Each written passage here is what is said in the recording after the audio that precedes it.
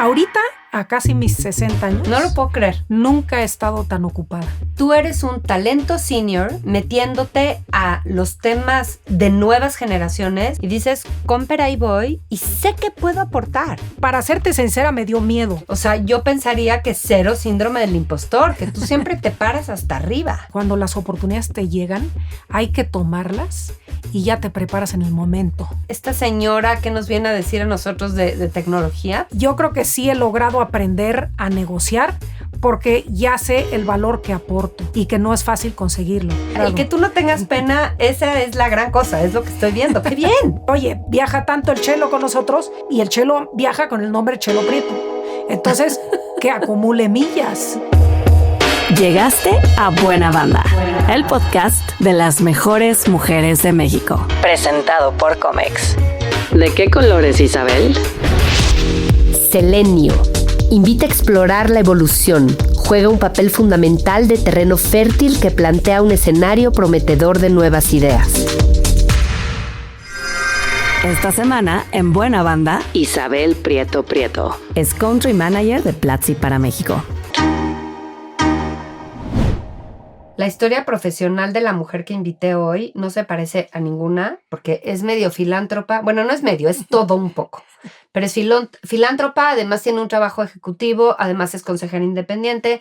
Además, una cosa que me interesa que me platiques es plus one de una persona célebre o suficientemente conocido. ¿Cómo se juega ese rol? Es mamá de 4 y está a sus 59 años en la plenitud de la intensidad de su carrera con una energía que yo no he visto igual. Muy bienvenida. Ay, muchas gracias, Juana. Qué gusto que me hayas invitado. Qué padre que estés acá, ¿eh? No, pues muy padre para mí.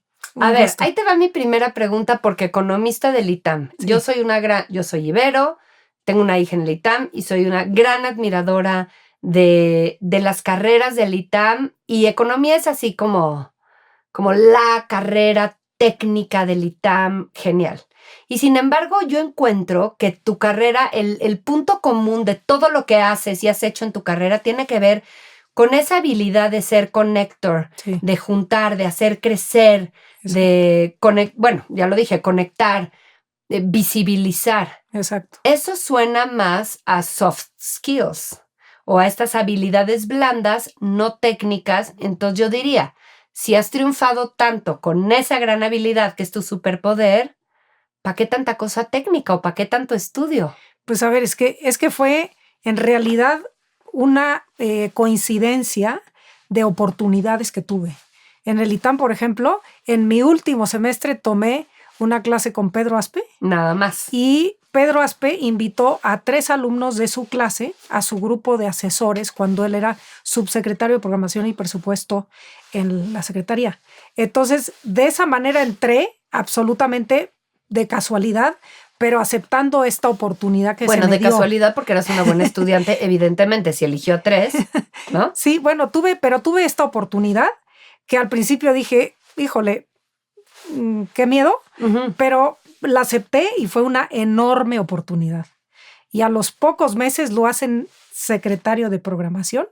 Y bueno, pues vemos una cantidad de temas, dentro de los cuales fue el Pacto por la Estabilización de Precios, que fue una experiencia espectacular. Entonces esa fue mi entrada al mundo de gobierno, que no lo tenía ni planeado, Claro. pero fue la oportunidad de aceptar un trabajo espectacular. Sí, un reto totote. Un reto fabuloso con una personalidad como es Pedro Aspe, ¿no? Y con gente importante Sí. y, o sea, desde Sí. ahí te empezaste a foguear. Sí, ¿Y tú captaste que era un activo lo de tener relaciones, hacer relaciones? no. ¿No lo captaste? No lo capté. Mira, después tuve otra oportunidad. Tomé otra clase con Agustín Carstens, que luego fue gobernador del Banco de México. Bueno. Y tomé una clase y le dije, Agustín, quiero que seas mi asesor de tesis. Y me dijo, a ver, para ser asesor de tesis, vente a trabajar al Banco de México. Entonces, después de programación y presupuesto, me fui al Banco de México a trabajar en algo que no tenía gran idea, coberturas cambiarias.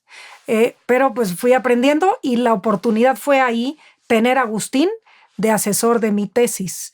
Entonces fue también otra oportunidad por otro maestro del ITAM, ¿no? Sí. Entonces, después de ahí, ya nos casamos Enrique y yo, y nos fuimos a hacer una maestría a Harvard de Administración Pública.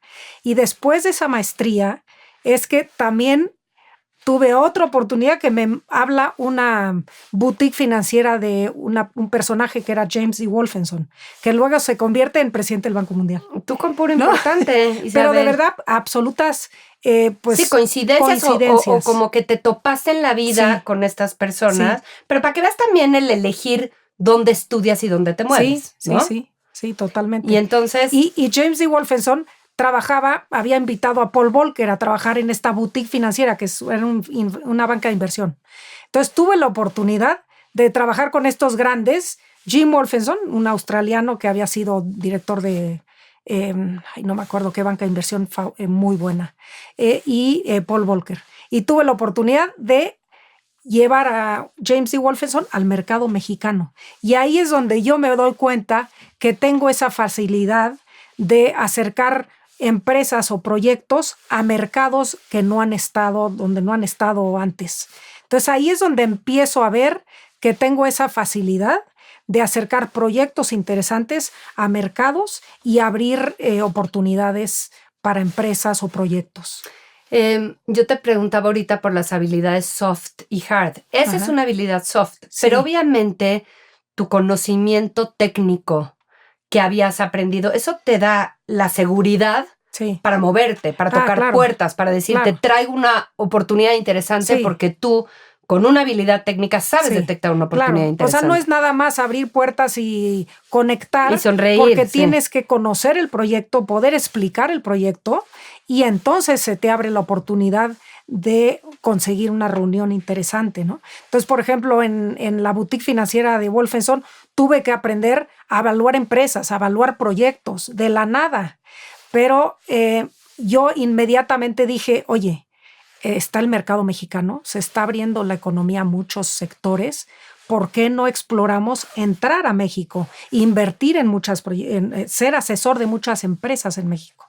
Y así es como convenzo a Wolfenson. También traemos a Paul Volcker a México y tenemos reuniones tanto con gobierno con empresas. Y ahí es donde empecé a ver que yo tenía esa facilidad. Y entonces a quien no conoces, pues lo haces conocer. La verdad es que no me da vergüenza hablar. Eso te iba a decir. Que dices, hola, o sea, soy Isabel en ese momento, te quiero presentar esta boutique, quiero entrar a México, te interesa por esto y esto y esto, y punto. Sí. ¿Recibiste muchos nos? ¿No recibiste tantos nos? A ver, he tenido, te digo, la oportunidad de haber trabajado con personalidades. Entonces, Jim Wolfenson era... ¿Quién no le abre la puerta? Era el director de Salomon Brothers, había sido, y luego funda su propia empresa. Entonces, voy con Jim Wolfenson y con Paul Volcker. Ya son dos personalidades. Entonces, siempre he tenido tal vez también esa visión de entrar a lugares donde hay unos grandes mentores que se vuelven mentores míos. Sí. Y pues trabajo con estas personalidades con las cuales no es tan difícil es presentar. La llave correcta, ¿no? Claro, no es difícil presentar. Ahora, y obviamente son empresas pues, de primera, ¿no? O sea... Ahora hay gente que le da pena, ¿eh? O sea, aún con todo a favor, hay gente que no le entra a tocar, a incomodar, o ¿alguna vez te ha dado pena alguien si no te atreviste a tocarlo o algo así?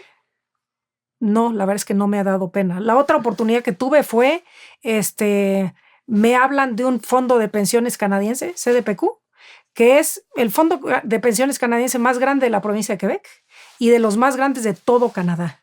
Entonces, nada más CDPQ maneja más que todos los activos de las Afores en México, ¿no?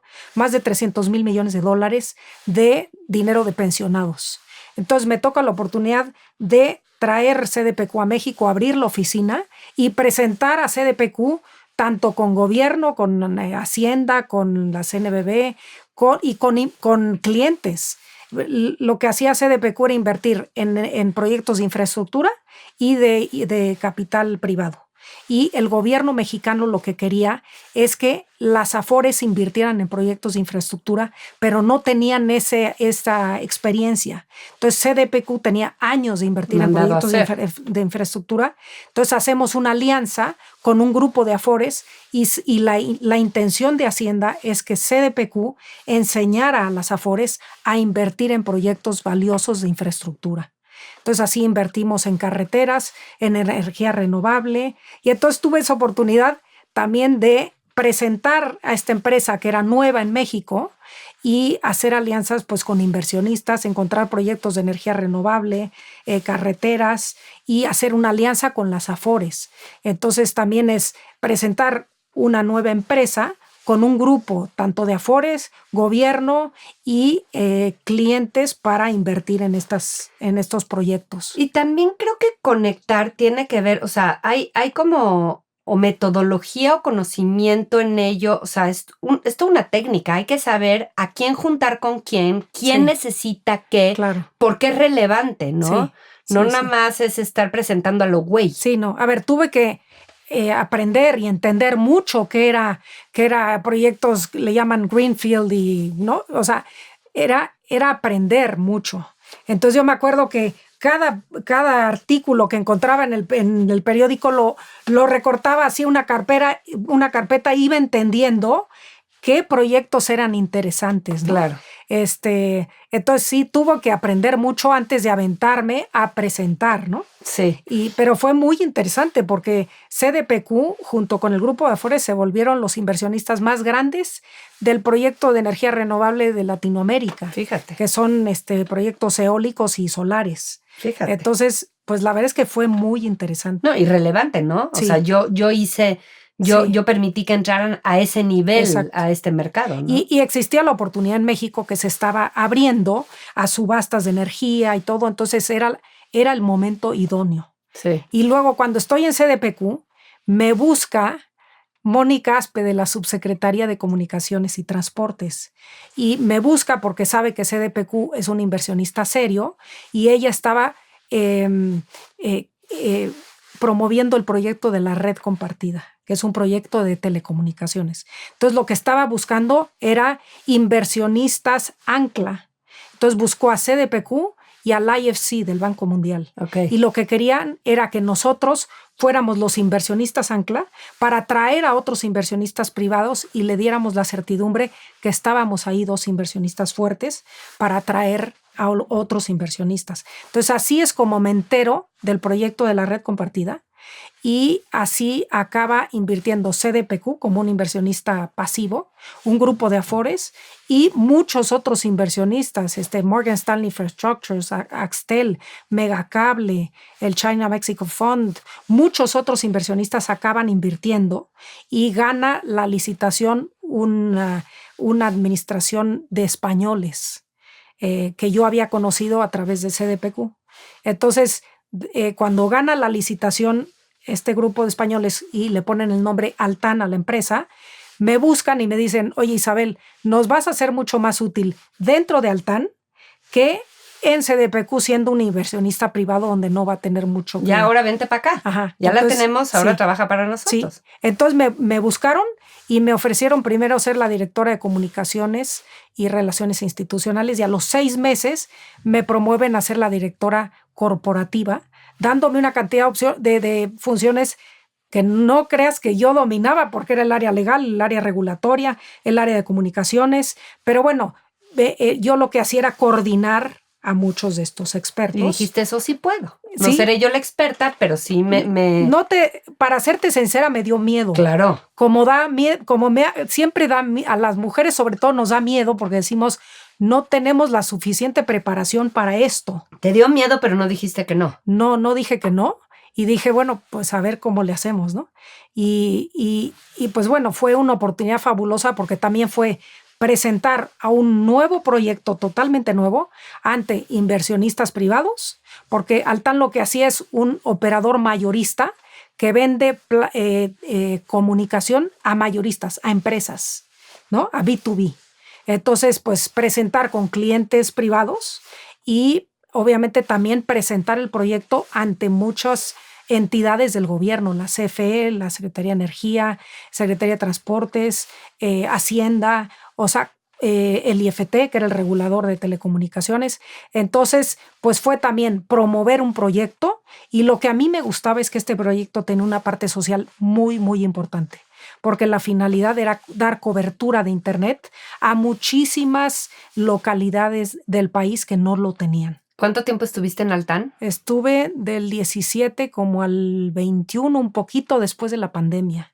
Hasta después de la pandemia. Sí, una vez que ya el gobierno se queda con el proyecto, pues yo ya salí de ahí, y ahí es cuando digo, a ver, ya he estado mucho en empresa.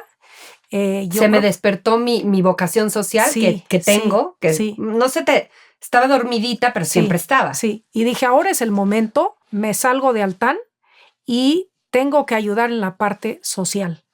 Y entonces busco a Leonardo Arana, que es el director de la Casa de la Amistad para Niños con Cáncer, y antes había sido un banquero importante en HSBC, y había trabajado, mi esposo y él habían trabajado juntos. Y dije, a ver, ¿con qué fundación quiero participar? Pues donde yo conozca verdaderamente al director general y me dé toda la confianza. Entonces fui a verlo, me enseñó la Casa de la Amistad, que es un albergue espectacular aquí en México. Es espectacular esa obra. Sí.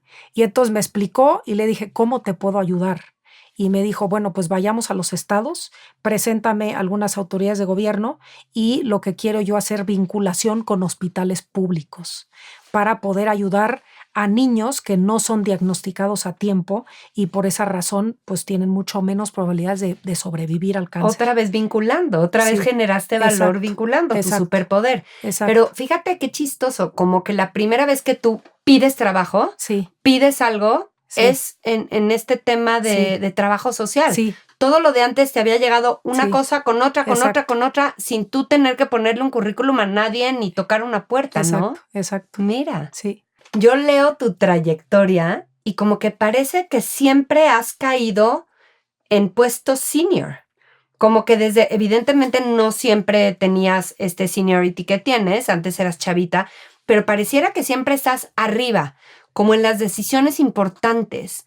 O sea, yo pensaría que cero síndrome del impostor, que tú siempre te paras hasta arriba. Pues la verdad es que, a ver, parecerá eso, pero yo creo que como toda mujer tenemos y nunca nos vamos a desprender de eso, ¿no? Sí. Entonces, he tenido la oportunidad de tener puestos importantes, pero siempre con el miedito atrás de, híjole, ¿puedo? Siempre con ese miedo.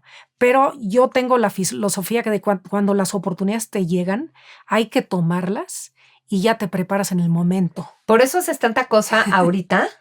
¿Cómo te sientes de energía? A toda, ¿verdad? A ver, ahorita, a casi mis 60 años. No lo puedo creer. Nunca he estado tan ocupada. Sí. Porque también me llegó, bueno, después de la Casa de la Amistad, me buscaron de Save the Children para ser parte del patronato. Otra vez te buscaron. Ajá. Sí. Que Save the Children, ole. Sí. Entonces, como fui parte del patronato, dije, a ver, tengo que entender qué hace Save the Children, tengo que viajar, tengo que ver los proyectos, porque me interesa aportar, porque hay mucha gente que está en los patronatos y nada más vas a las juntas, pero yo dije, no, tengo que aportar. Entonces conocí a la directora y le dije, por favor, invítame a los viajes. Entonces fui a varios viajes, a Sinaloa, a Tijuana, a Acapulco, me tocó Oaxaca, y aprendí y entendí los programas de Save the Children. Entonces, la presidenta del patronato anterior a mí fue Ana Sepúlveda, y Ana en algún momento dijo que ella ya se quería retirar.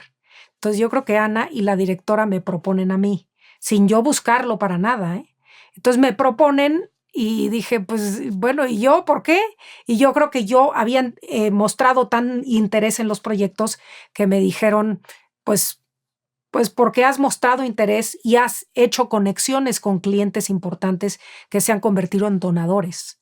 Entonces, por esas razones que me ofrecen ser la presidenta del patronato de Save the Children hace ya pues más de 2 años y medio, y es una oportunidad fabulosa. Y lo que además me parece interesante que te dio el trabajo social es que entraste de alguna manera al tema de consejos, al gobierno corporativo, ¿no? Porque una de las cosas que tiene fantástica Save the Children es cómo funciona, como su gobernanza, Sí. su consejo, ¿no? Sí. A ver, vas A ahí. ver, Save the Children tiene dos cosas, el patronato y el consejo. Ujú, Entonces, yo presido el patronato. ujú, El consejo lo presidía Jesús de Juan, ujú. que era el presidente de BCG, creo. ¿no? Sí, sí, sí, con Ahora, una fama increíble él Sí, también. fabuloso. Sí. Ahora ya es otra persona que es muy bueno, Roy Caple, pero el consejo es distinto, ¿no? ¿Y tú no entrabas como parte del patronato al consejo?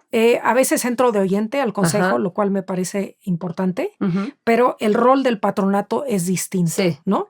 Es articular programas que diseña la operación el director de Save the Children y presentar estos programas con los posibles fondeadores para que los apoyen, ¿no? Entonces son Pero programas... entonces, ¿por qué yo tengo en mi mente que tú conectas trabajo social con gobierno corporativo y empiezas como tu oficial carrera de consejera a partir de No, de a ver, esto? porque cuando yo estaba en la Casa de la Amistad para Niños con Cáncer, yo creo que yo le presenté a Leonardo Arana a algunas empresas, por ejemplo, como Azur. Entonces, Azur ayuda a la Casa de la Amistad para Niños con Cáncer donando todo lo lost and found de sus aeropuertos a la Casa de la Amistad. Y son carriolas, computadoras, ropa. Y la Casa de la Amistad vende esto y con esto compra medicinas para los niños con cáncer. Entonces, yo... conocí a Fernando Chico Pardo, que es el presidente de Azur. Azur es los aeropuertos del sureste, que es son enorme. Cancún, Cozumel, Mérida. Ahorita sí, tiene aeropuerto en Colombia, en Puerto Rico, en 17 en Brasil. Sí, Costa es de Rica, los grupos Curazao, aeroportuarios Quito, más grandes. Sí. enorme. Es el grupo aeroportuario más grande de Latinoamérica. Y ahí, y después de esa conexión con Casa de la Amistad y eso, ¿es que te invitan al Consejo de Azur? No. Yo cuando estaba en CDPQ, Ajá. uno de los proyectos que a mí me interesaba para CDPQ era inversión en puertos, inversión en aeropuertos. Y entonces vi que Fernando Chico era un jugador importantísimo tanto en puertos como en aeropuertos. Entonces dije, yo presenté al director de CDPQ con Fernando Chico. Ya. Y ahí es donde nos conocimos y fui varias veces, porque soy latosa, fui varias veces a ver cómo podíamos invertir juntos. Entonces, cuando ya me salgo y me meto al sector social, Ajá. también digo, me encantaría también empezar a participar en consejos de administración. También fue intencional. También fue intencional, pero... Y dije, me voy a meter a programas de consejos en acción, como el que tomaste. El del IPADE. Sí. Entonces ya estaba yo registrándome para esos, cuando me llega pues una invitación de Azur, porque se estaba retirando Ricardo Guajardo del consejo. Pero a partir de que tú ya habías sido vocal de decir, quiero ser consejera independiente. Sí. Ya lo habías puesto en la mesa. Digo, a lo mejor no se lo habías dicho a Fernando Chico, pero... Pues yo creo que lo había dicho a algunas personas que sí quería yo ser.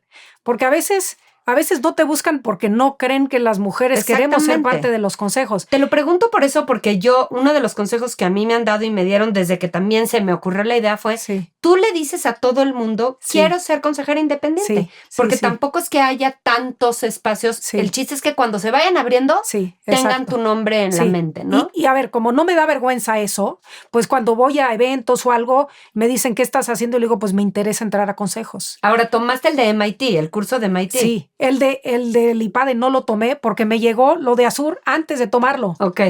Y dije, uy, Dios. Pero luego está mejor tomarlo, creo, cuando ya estás en un consejo. Tomar cualquiera de los programas que... Exacto. Entiendo que el de MIT es buenísimo, el de Harvard dicen que es wow. Sí. Porque entonces en el consejo ya como que ejerces lo que estás aprendiendo, ¿no? O sea, yo aprendí a lo que se hace en un consejo, pues yendo a los consejos, ¿no? Yendo a los consejos de Azur. Y luego existe esta oportunidad de que me buscan de MIT para Women on Boards y digo, Dios mío, no puedo estar más ocupada porque también me había llegado la oportunidad de Platzi. Exacto. Y ya era yo la country manager de Platzi. A ver, ¿cómo llegó Platzi? O sea, ¿o en qué momento también estás en cursos online y tecnología? Sí. A ver, cuando yo salgo de Altán, empresas que yo había presentado y que se volvieron clientes de Altán, me buscaron para que fuera yo parte de su consejo asesor. Y una de estas empresas es Oxio, que ahora es el que compró Telefónica. Ya. ¿no? Entonces yo ayudo a Oxio y una persona que trabajaba en Oxio acaba trabajando en Platzi. Entonces, cuando le preguntan, oye, ¿conoces de alguna persona que nos ayude a impulsar el negocio de empresarial en México de Platzi, el B2B? Dijo, pues conozco a Isabel. Entonces me contactan y... Pero tú no tenías ningún tipo de background no tenía en yo tech. ni idea. No tenía yo ni idea, la verdad. ¿Sabías lo que era Platzi? No, Ni no siquiera. sabía. Le pregunté a mis hijos, que ya eran universitarios, y me dijeron, oye, claro que sí, ¿cómo es posible que no lo conozcas? Sí, mamá. Porque Platzi se volvió sumamente popular en pandemia. Claro. Entonces se fue al cielo, ahorita tiene 8 millones de usuarios. Sí. Se fue al cielo en pandemia y se volvió una plataforma que muchísima gente buscaba para tener cursos en línea. Entonces, así es como yo acabo enterándome de Platzi, me buscan y conozco al fundador, que es Freddy Vega, el fundador y director general global. Lo conozco, empiezo a introducirlo al mercado mexicano y 2 meses después me dicen, oye, quisiera ser la country manager de Platzi. Y así es como me llega esa oportunidad. Otra vez, ahora, ¿te dio síndrome del impostor otra vez? ¿O ya Pues no? es que dije, híjole, no conozco el mundo de la educación y sobre todo el mundo de la tecnología. EdTech, o sea, no Sí. es educación, no es tecnología, No, es EdTech, es como sí, muy preciso, sí, ¿no? es educación en tecnología, en temas Sí. tecnológicos. Entonces dije, Dios mío. Entonces, ¿qué hice? Pues dije, pues a ver, a tomarlo y aprender de Otra inteligencia vez. artificial, ¿no? Porque Platzi se empieza a meter al mercado B2B con todo el boom de la inteligencia artificial que fue como a finales de noviembre de 2022. Pero fíjate cómo, o sea, tú eres un talento senior metiéndote a los temas de nuevas generaciones Sí, y dices, compra ahí voy y Sí. sé que puedo aportar. sí, Y entonces, más allá de ayudarlos a crecer en este mercado otra vez, que es lo que hace un country manager, sí. y a posicionarse y tal, ¿qué crees que le aportas tú también a la empresa? O sea, has tenido ese tema de, que me imagino que trabajas con muchísimos chavos, ¿no? A todos. Obviamente soy la mayor de la empresa, Ajá, ¿no? ajá. Sí, soy la ¿Y mayor. cómo te ven? O sea, ¿no dicen esta señora que nos viene a decir a nosotros de tecnología, por ejemplo? Pues no, porque yo creo que entendieron que mi rol aquí era crecer Platzi en el ambiente empresarial, ¿no? Conseguir clientes empresariales para Platzi. Entonces, pues es un mundo muy distinto del B2C, ¿no? De los usuarios que son estudiantes. Claro. El mundo corporativo es muy distinto, Claro. ¿no? Entonces, Y ahí, ¿quién juega mejor que tú? Pues nada, serán muy nuevas Sí. generaciones, pero entonces no se otra la vez me saben.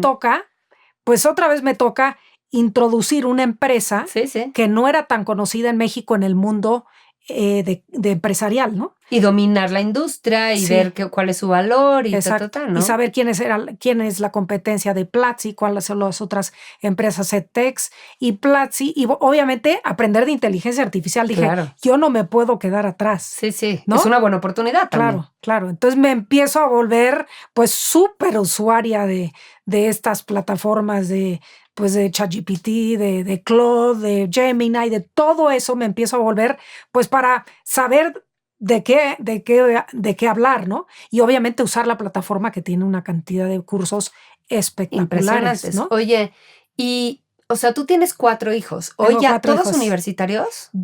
Sí, ya 3 terminaron la universidad Ah, no, bueno. y la chica está a más de mitad de la carrera. Entonces, por un lado, también está padre ahorita estar mega intensa en horas chamba, Sí. ¿no? Entre consejo, la cosa social, Sí. Platzi y tal. Sí, Porque ya también tus hijos te mandaron sí. por papas, ¿no? Sí, Ellos sí, ya sí. están en sus temas, haciendo sus Sí, carreras. sí, Ni totalmente. siquiera viven con ustedes todos, ¿no? 2 ya no. Ujú.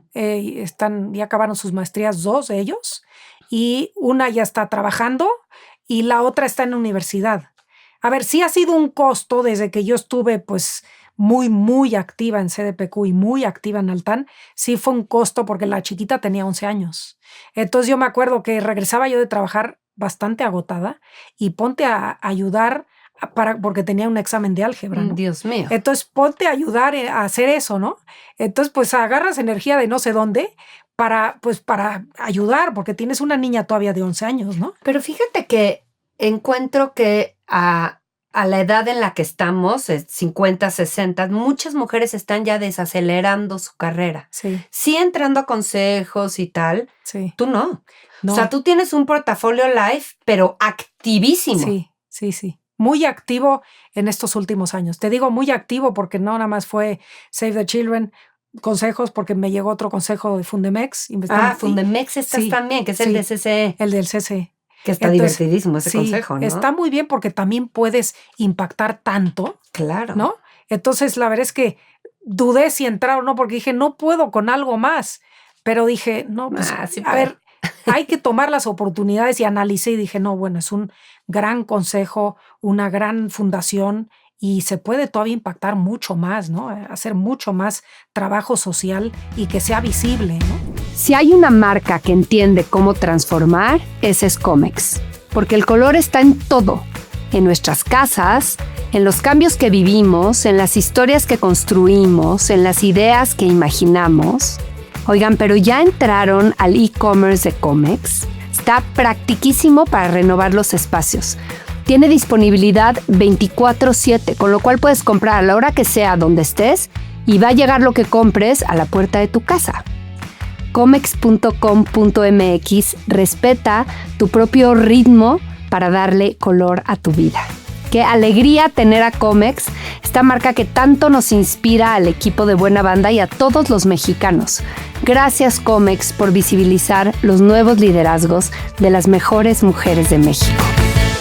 Ahí te va esta pregunta. ¿Negocias bien en cuestión de compensación? Porque también cuando una está tan ocupada con tanta cosa, digo, las horas que una debería de cobrarle a los proyectos son importantes, pero además cuando tus horas son tan demandadas, sí, yo diría que tus horas son más caras que si no tuvieras tanta cosa. Sí. ¿Sabes negociar bien? Yo creo que sí sé negociar bien, porque, a ver, ya a mi edad ya te das cuenta del valor que aportas, ¿no? Y que no es fácil. A ver, con todo esto de la inteligencia artificial hay cosas que que pueden hacer agentes, y hay cosas que no, ¿no? Sí. Entonces, yo creo que sí he logrado aprender a negociar porque ya sé el valor que aporto, ¿no? Y que no es fácil conseguirlo. Entonces, en eso, la verdad, no me ha dado pena. Tampoco. No o sea, el que tú no tengas pena, esa es la gran cosa, es lo que estoy viendo. ¡Qué bien! Es que la verdad, qué bien. Sí. Y dices, ni modo, esto es lo que vale mi trabajo, mi nombre, mi conexión, mi aportación. Sí.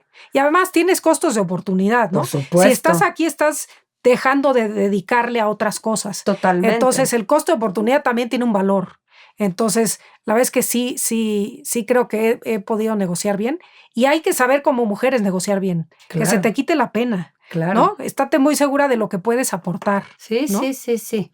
A ver, yo tengo que hablar de tu familia. O sea, de tu familia, la que tú creaste con Enrique. Sí. Y de tu familia de la que viniste. Sí. Porque por ahí me encontré leyendo sobre ti esa carta que haces sobre tu papá cuando cuentas toda su historia. Sí. Está por publicar alguno de sus millones de libros. Sí. O sea, explica quién es tu papá, por favor. Mi papá es Carlos Prieto, es el chelista.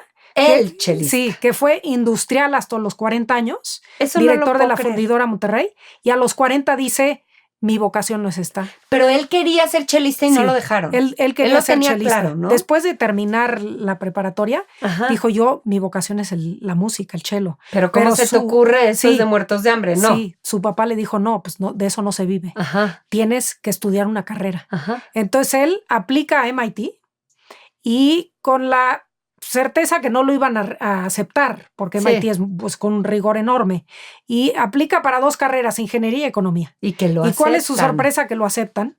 Entonces, se va a hacer la carrera en MIT, estas 2 carreras, pero sin abandonar el cello. Se convierte en el primer cello de la orquesta de MIT. ¿Qué tal? Sí. Entonces, nunca abandona su vocación. Y regresando de MIT, pues regresa a la fundidora y años después se convierte en el director general de la fundidora, que era la siderúrgica más grande de toda Latinoamérica. Y pues a los 40 años dice, o sea, es que esto no es lo mismo. Isabel. Sí, yo tenía 11 años. ¿Tú te acuerdas cuando tu papá dijo, pues ya no quiero ser ejecutivo, empresario, nada, bye? Sí, yo no entendía nada. El mundo de la empresa, voy a ser en chelista. Monterrey y yo era feliz en Monterrey, pero feliz. Y después regresamos a México y unos años después me entero que se quiere dedicar al violonchelo. Entonces, como que no entendemos nada porque pues era una personalidad y tenía pues era una personalidad en el mundo de la industria. ¿Cómo no? Entonces, pues la verdad es que a esa edad no lo entiendes. Pero qué valiente tu papá y Sí. qué increíble y qué valiente tu mamá, Sí. qué respaldadora. Sí. Y mi mamá empieza a tocar el cello para entender lo que es el cello. Y empieza a tocar el cello con el profesor húngaro de toda la vida de mi papá. Ok. Entonces, y mi mamá, a ver, se vuelve la mayor promotora de mi papá de este cambio de carrera. O sea que eso también fue un impulso muy grande para mi Bueno. papá, porque necesitas que tu pareja te ayude y se vuelva verdaderamente la gran impulsora. Por supuesto. Sí. Oye, ¿me cuentas por favor de que el cello de tu papá viajaba con boleto? Ah, sí, claro. No el puedo. cello de mi papá viaja con boleto. Viaja, Porque- claro, viaja, porque Sí, todavía. Claro, porque sigue siendo activo, sigue Ajá. escribiendo libros. ¿Cuántos años tiene tu papá? Tiene 89. Y miles de libros, y por Sí, supuesto es el 14, chelista sí, más 14 libros. Fíjate. Y sigue dando conciertos y sigue presentando su libro. O sea, está muy activo. Eso es lo que hace que esté bien. Qué ¿no? joya. Sí, bueno, ahora entiendo también la genética. Digo, no te quito tu mérito propio, pero pues es que también. O sea, naciendo de ese papá. Sí. Oye, sí, ¿y sí. entonces cómo era que viajaba el cello? A ver, el cello es un instrumento que no lo puedes poner ni en el compartimento de arriba del avión, porque Ajá. no cabe, ni en la, ¿cómo le llaman? En la cajuela. Sí, en las maletas. En las pues, maletas, ajá. porque pues lo avientan y se rompe. Entonces es un instrumento de valor, es un Ajá. instrumento preciado. Entonces el cello tiene que ir en un asiento de pasajero al lado de mi papá. Ajá. Entonces mi mamá fue la que tuvo la idea de, oye, viaja tanto el cello con nosotros y el cello viaja con el nombre Chelo Prieto. Entonces, que acumule millas. Entonces el cello acumula Es millas mi máximo. y a veces nos dona millas o a ellos para viajar. Fíjate qué productivo ha sido el cello. Sí, no sí, lo sí. puedo creer. Sí, Obviamente todos en tu casa hacían música de alguna manera. sí, sí. ¿no? Sí. Porque además tienes hermano también Sí, célebre músico, sí. Carlos Miguel, Carlos ¿no? Miguel es el director de la Orquesta Sinfónica de Minería Ajá. y de la orquesta de North Carolina Symphony Orchestra. Y pues sí, es una personalidad y también tiene una historia parecida, porque él estudia en Princeton la carrera de ingeniero eléctrico y se va luego a hacer un MBA a Harvard. Luego trabaja en varias empresas. Pero él rápido fue director, ¿no? Pues cuando lo estaban promoviendo, me parece que eran Sabritas, lo estaban promoviendo, le dijo a su jefe, creo que era Salvador Alba, me parece, le dijo, oye, no voy a poder. Y dijo, ¿pero cómo? No, porque mi vocación es la música y quiero dedicarme a la dirección de orquesta.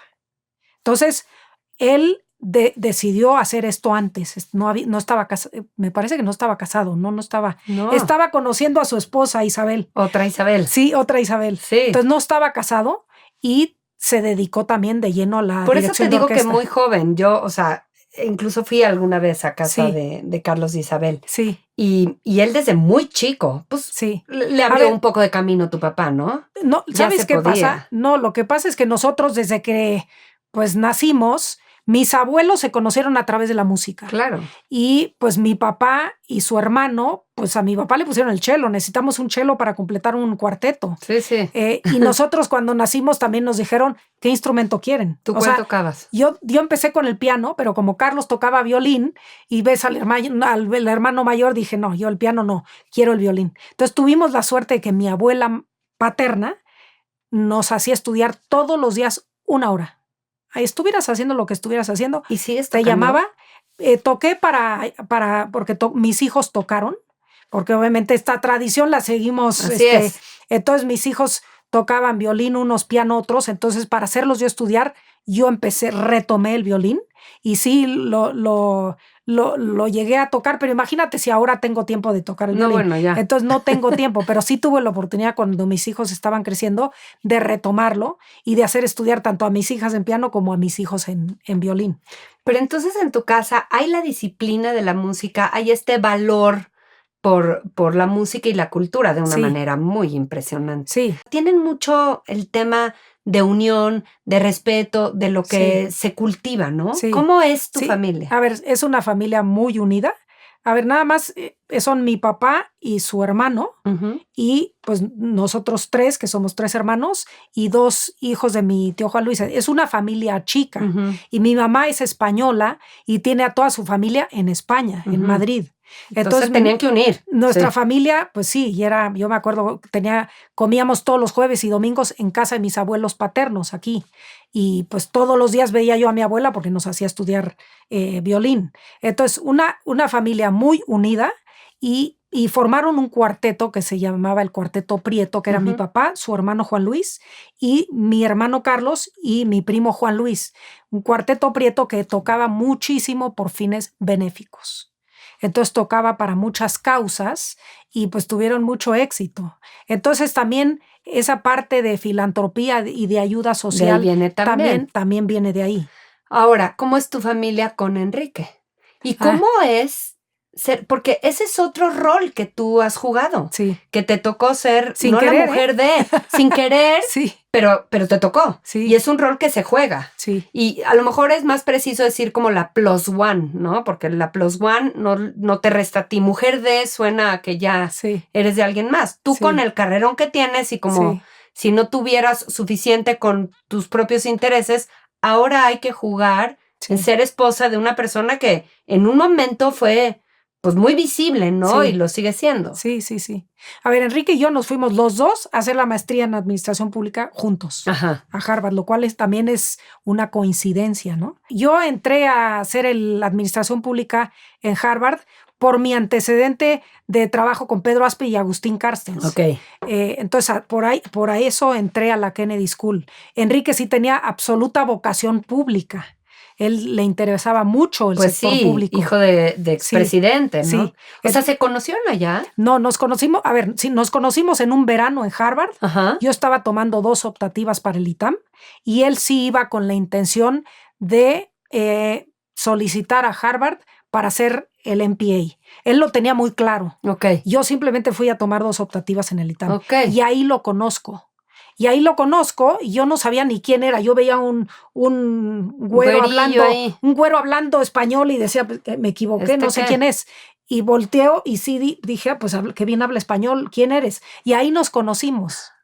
Y nos conocimos, me acuerdo, eran 87. O sea, todavía su papá era presidente. Pero yo no tenía ni idea, no lo había nunca visto.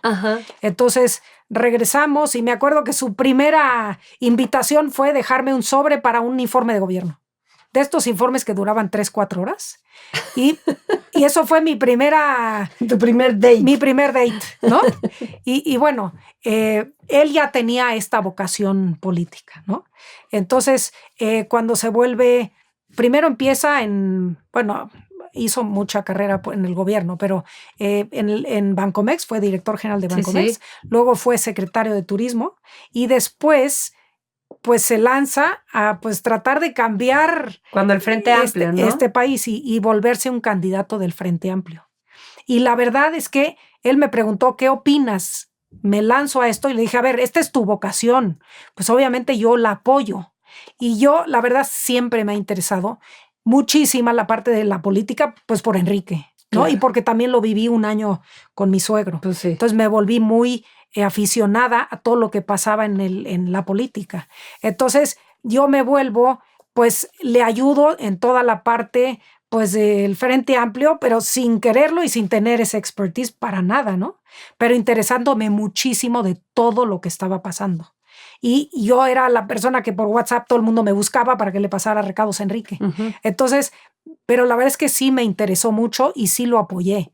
Y lo sigo apoyando en lo que él quiera porque veo que tiene absoluta vocación pública, ¿no? Ahora, es que creo que tú eres plus one suya y él plus one tuyo, ¿no? O sea, es una power couple, tal cual. Yo creo que nos complementamos. Sí, porque sin duda, yo le digo a mis hijos, cuando consigan una pareja, que se complementen y se enriquezcan los dos. Sí. Y que te haga crecer y tú hazlo crecer. ¿Alguna vez te costó trabajo esa posición en concreto que dijeras, órale, o sea, ahora sí ya me estorbó, o yo quisiera otra cosa, y la neta es que se trata del guión de él ahorita o algo así? A ver, cuando yo estaba en Altán, que era una asociación público-privada, pues era un proyecto donde el espectro era del gobierno y pues todo el resto era pues, inversión privada, pero tenías una relación muy fuerte con el gobierno, ¿no? Y te tocó el cambio de gobierno, Y me ¿no? tocó pues la transición del gobierno de Peña Nieto al A la gobierno 4T, de López Obrador. claro. Entonces yo en 2018, que ya había ganado López Obrador, yo estaba en Altán como directora corporativa, llevando relaciones con sector privado y con sector público. Y no estorbó que fueras quien fueras. A ver, todavía no estaba en tan esa fuerte época, Enrique, pero era hijo del expresidente, había sido secretario de no, Estado. era secretario. Ah, ¿era secretario en Era ese secretario momento? de turismo. Entonces, en ese momento, no sé si te acuerdas que ya había perdido, ya había ganado López Obrador las elecciones, Y él estaba seguía de como secretario. candidato electo y Enrique estaba sumamente vocal sobre el proyecto del aeropuerto y defendiendo muchísimo que no cancelaran el aeropuerto. Entonces estaba muy, muy vocal. O sea, claro que te estorbó. Entonces, me acuerdo obviamente, perfecto de Enrique de secretario. Era sí, muy vocal. sí, Fue era un muy secretario vocal. importante. Pero cuando era ya casi el final de Peña Nieto, mucha gente estaba como muy prudente sin hablar tanto. Y Y Enrique dijo, yo tengo que defender este proyecto que es, pues, un proyecto insignia de México, ¿no? Entonces ahí él estaba muy vocal y yo, pues, tenía que tener como mucho cuidado y nunca me he puesto el apellido de Enrique, siempre soy Isabel Prieto. Siempre. Que además eres Prieto, ¿eh? Sí, Prieto. Pero a pesar de que no te lo ponías, sabían quién eras. ¿No te Pues, la cobraron? ¿No sientes que te cobró alguna relación? Pues como nunca me presentaba yo con ese lado, siempre me presentaba yo como directora corporativa de Altán, nunca hablaba yo de eso, ¿no? Y además tuve yo que negociar con el gobierno de transición, encontrar voces para poder negociar y para poder defender el proyecto de Altán, de la red compartida, Pues sí, que ni estuvo en modo. riesgo de desaparición, así como el aeropuerto, porque no les gustaban las asociaciones público-privadas. Y decían, ¿por qué queremos tener un operador de telecomunicaciones si el gobierno lo puede hacer? Entonces me tocó presentar este proyecto ante el secretario de Hacienda. El presidente del Consejo, que era Bernardo Sepúlveda, lo presentó ante el presidente ya cuando entró López Obrador.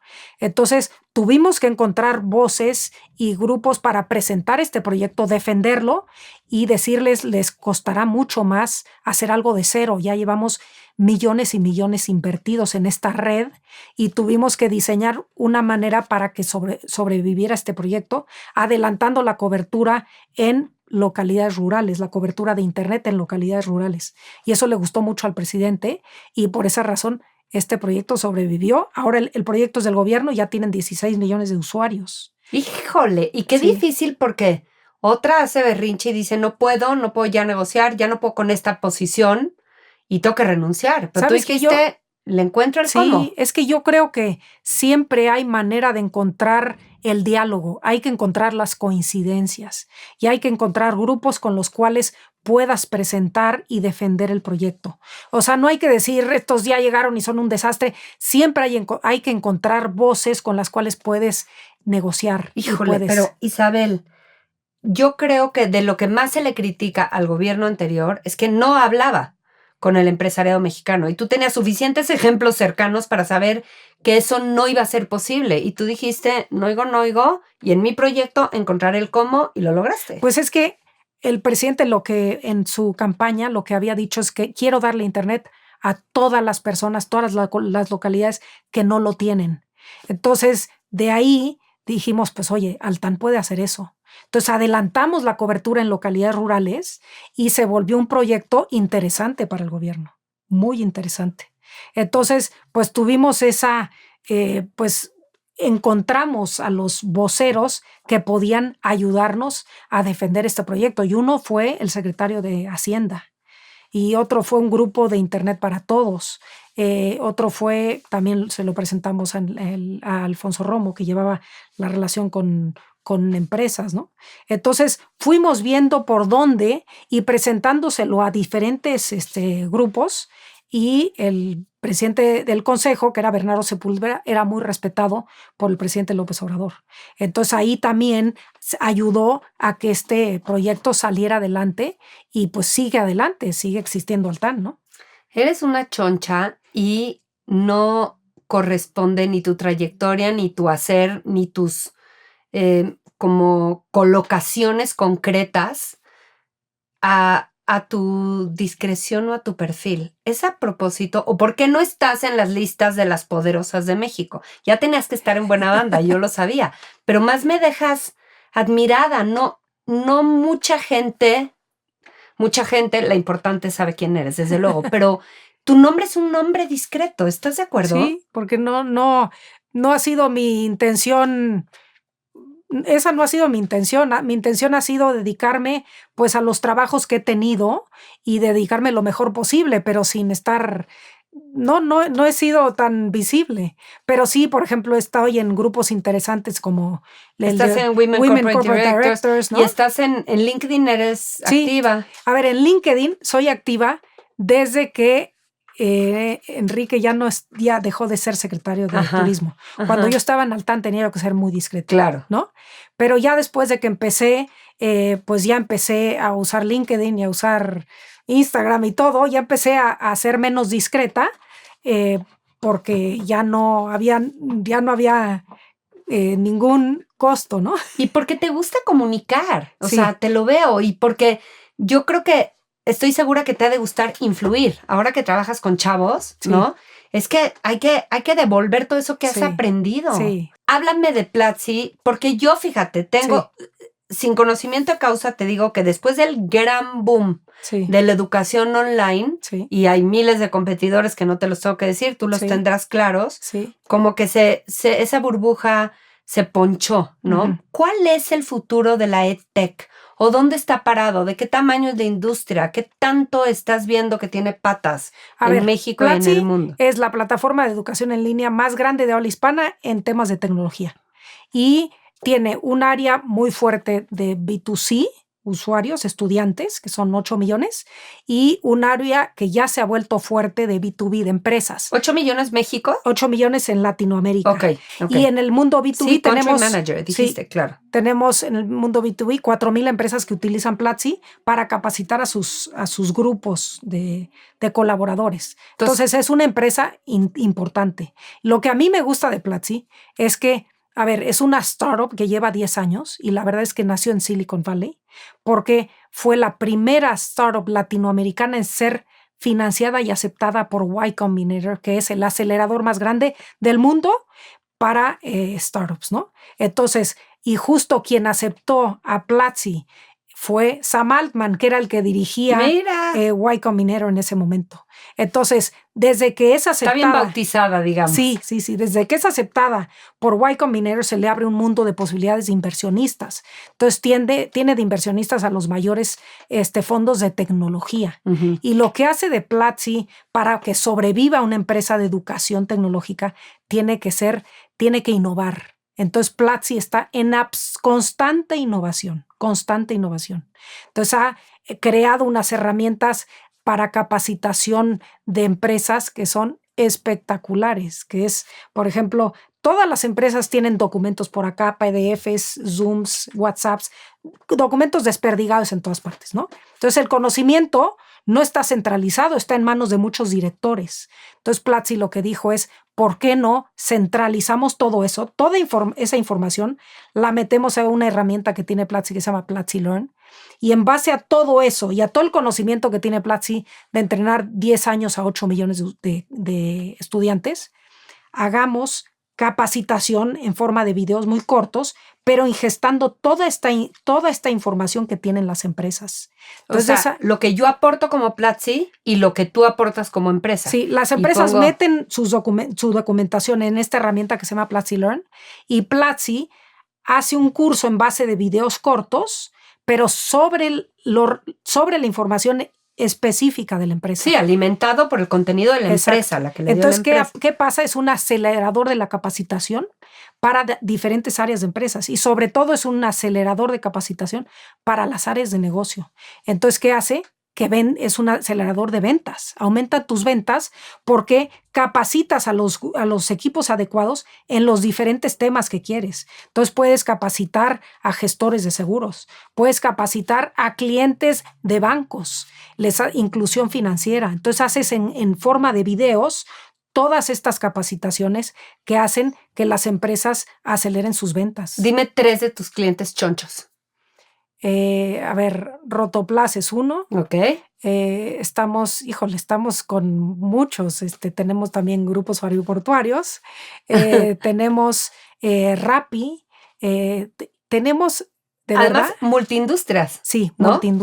multiindustria. Estamos con bancos. Ajá. Estamos con empresas de Grupo Salinas, con Electra, con Banco Azteca, con otros bancos que nos están buscando. O sea, esta herramienta de Platzi Learn ha sido exitosísima y no nada más exitosa en México. En Silicon Valley estamos teniendo una demanda brutal. Lo que hace que Platzi siga adelante es esta fuerza de innovación. Entonces es un grupo de 25 ingenieros. Somos en la empresa como, ¿qué seremos? Menos de 200 personas, pero 25 ingenieros. Y estos ingenieros son estos grandes innovadores, además de Freddy Vega, que es también ingeniero, y son los creadores de estas innovaciones fabulosas, ¿no? Pues suerte tiene Platzi México de tener a semejante country manager. Suerte tú de seguir aprendiendo y pues que dure un rato más y que vendas mucho más. Ay, muchísimas gracias, Hanna. Mil gracias por la estar acá. oportunidad. Buena Banda es un proyecto de Blanca Juana Gómez Morera. En la grabación está Raúl Cetina de Pedro y el Lobo. En el video, Ariel Mancillas. La producción general y voz es de Luisa Martínez y la postproducción y puesta en onda es de Rubén Esponda. Muchas gracias por formar parte de Buena Banda. Hasta la próxima.